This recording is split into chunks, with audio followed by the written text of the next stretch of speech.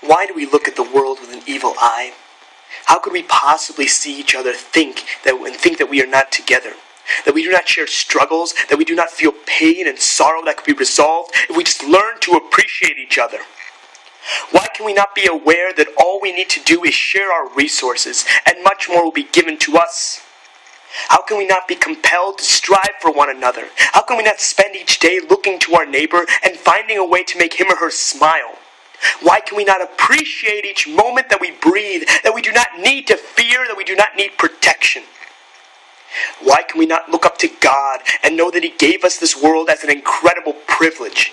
And each heartbeat stems from a joy deeply grounded in our ancestors who gave their lives and their knowledge so we could look at ourselves and each other with beauty and grace that feels like heaven on earth.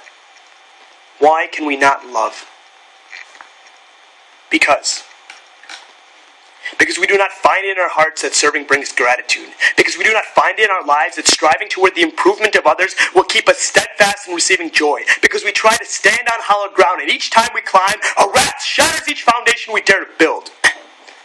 We are in a world where supporting another individual only pushes you off the cliff. Some of us keep grasping for hope as we fall, but most of us only feel air. We did it right, we say. We were the martyrs that did not falter from our principles of love. But it was they who figured it out. It was they who realized that escaping this idea of service is the only base to achieve the only aspect of humanity that is closest to happiness: control. You may say you love. You may ask the same questions that I once could not answer. But you are in control right now. You made the decisions that define your privilege and your luck, and you stand among the clouds trying to pull others to where you are, but all it takes is a flick of a finger. One moment of instability and reality will set in. Reality that all your giving gave you was stimulation. Stimulation that you will now need to fill with liquid and intercourse. Maybe now you will understand the blessing of ignorance, the blessing that gave you the inner peace and confidence. You will realize why people kill to keep this aura of salvation, and then you will see they were never up high. That they were smeared with the same sense of fear and protection that you now have to fight for. There was never any love, because we are incapable of loving. She taught me to love. She taught me to look towards the cross, to bear my burdens and lift me high. With a past swirled in sorrow, she managed to grab onto the thread that looked bleak, yet gave her strength. And somehow that wonderful survivor, that wonderful design that could only come from something other than mankind, now held my hand.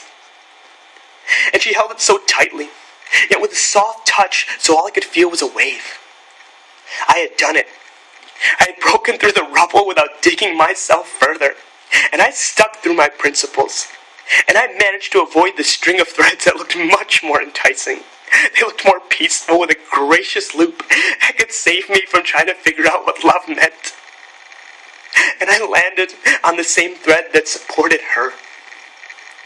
I saw the others who joined us, and together we desperately reached out to the screams and cries that we chose to hear in other people's heads. The thread was infinite. There was never a point where someone couldn't grab on. And yet, some of them never did. They kept falling with a smile on their face, as if enjoying the never-ending descent into an abyss that did not exist. They grabbed each other so they could pull themselves away from me. The way the air lifted up their bodies seemed almost softer and more inviting than the hand that reached out to me. But I knew that none of it was capable of bringing stability. Each particle in my mind knew all I needed to do was hang on. Hang on to her, and as she kept grasping that thread. Bullshit! She never held that thread, but merely resembled a visage of a peace that was universally achievable. She just held onto her hand, letting others grab it while enjoying the air caressing her body. I thought I was grabbing onto the flag that resembled victory, but all I grabbed onto was the battle. A battle that she controlled, a battle that I dare not influence, a battle that I did not know I was in. To her, it wasn't even a fight, it was just a game, and she sure had fun. It's just scary for me. I just need my own space, she said. She showed me the opponent, her fear. All I had to do was wait, and I would find victory. And find it I did. I found it in her eyes, I found it on her lips. I found it with each embrace.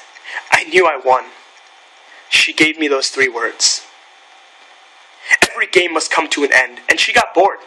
She didn't want to play anymore, and saw those same people that I once thought were falling, and she felt like they were her next motion to drive her stimulation. So she wanted to let go. It wasn't hard. All she had to do was make me feel like she was climbing down the thread to take a peek at what is below. I need to find myself. I do not know who I am, and I need to discover other parts of life. No problem, I thought. I'll be happy to climb down with her. But she insisted to go by herself, and I let her go. I saw her fly right past me, grabbing onto those same hands that pushed away from me. And then I looked at my hands and realized that there was nothing there. She was the victor. She was the one who figured out how to play the game. I was the one who should have felt scared, who should have sought for my own protection. I was the one who needed to control the battle. She did not show me the opponent, she was the opponent. And each moment I waited was a free opportunity for her to slash through my flesh, creating a fragile skeleton of who I once was. And now, hard as a rock, realizing that I need to protect my inhibitions and hold on to fear, I cannot breathe. I cannot feel, I cannot see. All I want is something that I once thought was impossible. To find someone that is better than her. I should not have thought of fear as my opponent. Fear was my friend. Fear was my ally. And I let it go. Why do we not love? Because the instant that we do, we abandon fear.